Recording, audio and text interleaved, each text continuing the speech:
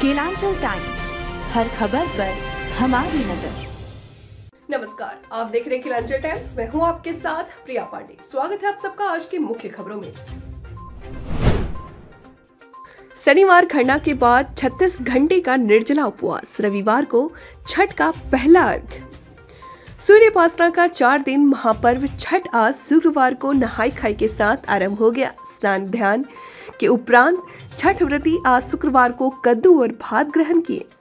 प्रातःकाल कई छठ व्रतियों ने नजदीक के नदी तालाब तो कई व्रतियों ने अपने घरों में ही स्नान कर सूर्यदेव को जल अर्पित करने के बाद नया वस्त्र धारण किया। सूर्यदेव के समक्ष व्रत का संकल्प लिया। भगवान भास्कर से व्रत पूरा करने की शक्ति मांगी गई। झारखंड में बढ़ता डेंगू का प्रकोप, रांची में बढ़ रही है मरीजों की संख्या।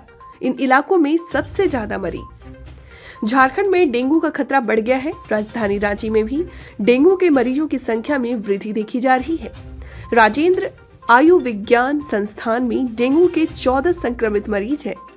राज्य के दूसरे जिलों में भी मरीजों की संख्या बढ़ रही है। मच्छर जनित बीमारियों की आशंका के तहत 351 लोगों के सैंपल लिए गए।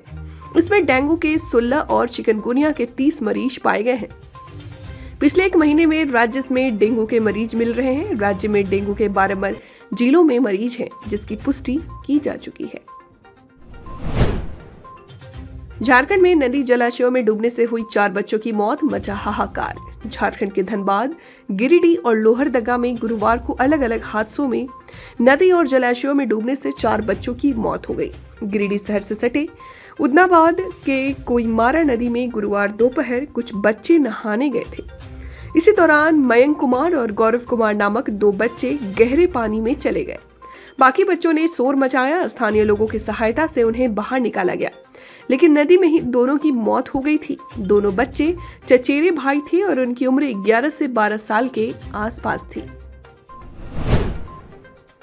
बड़ा तालाब के गंदे पानी से बढ़ाई छठ व्रतियों की टेंशन, बोली छठी मैया करेंगी बेड़ा पार।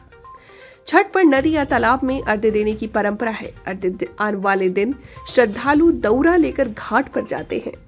इस दौरान घाट किनारे सूप और डाले सजाए जाते हैं। व्रती पानी में उतरकर सूर्य भगवान की आराधना करती हैं। इस दौरान उन्हें करीब 2 घंटे पानी में खड़ा रहना पड़ता है। ऐसे में नदी या तालाब का पानी दूषित होने से व्रती को संक्रमण का खतरा रहता है। रांची शहर की बात करें तो यहाँ करीब 60 छठ घाट में छठ मनाई जाती है, लेकिन शहर के बीचों बीच स्थित बड़ा तालाब का पानी काफी दूषित है। इसमें घरों के नाले के पानी के साथ साथ इंडस्ट्रियल वेस्ट डाला जाता है।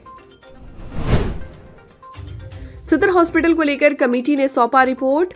स्टेराइल जोन में ऑटोमेटिक स्लाइडिंग गेट लगाने की सलाह। राजधानी के बीचों बीच दूसरा सबसे बड़ा सरकारी हॉस्पिटल का भवन बनकर तैयार है। कई महीनों से नए भवन को हैंडओवर को लेकर चर्चा तेज है, लेकिन हर बार एक नई तारीख मिल रही है। इस बीच सदर हॉस्पिटल बिल्डिंग का एक कमेटी व इंस्पेक्शन करने के बाद अपनी रिपोर्ट सौंप दी है, जिसमें बताया गया कि हॉस्पिटल पूरी तरह से हैंडओवर लेने के लिए तैयार है।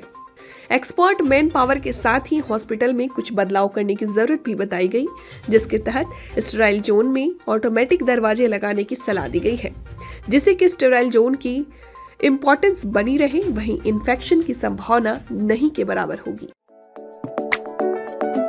अरे ठीक हो भैया, ऐसे वीडियो देखे जा रहे हो तो सब्सक्राइब कर लो और हाँ, घंटा का बटन जरूर दबाना, तब हमारे वीडियो का नोटिफिकेशन सबसे पहले मिलेगा। यहाँ वहाँ का देखा तो हम तो क्या ही करते हैं, जल्दी दबाओ।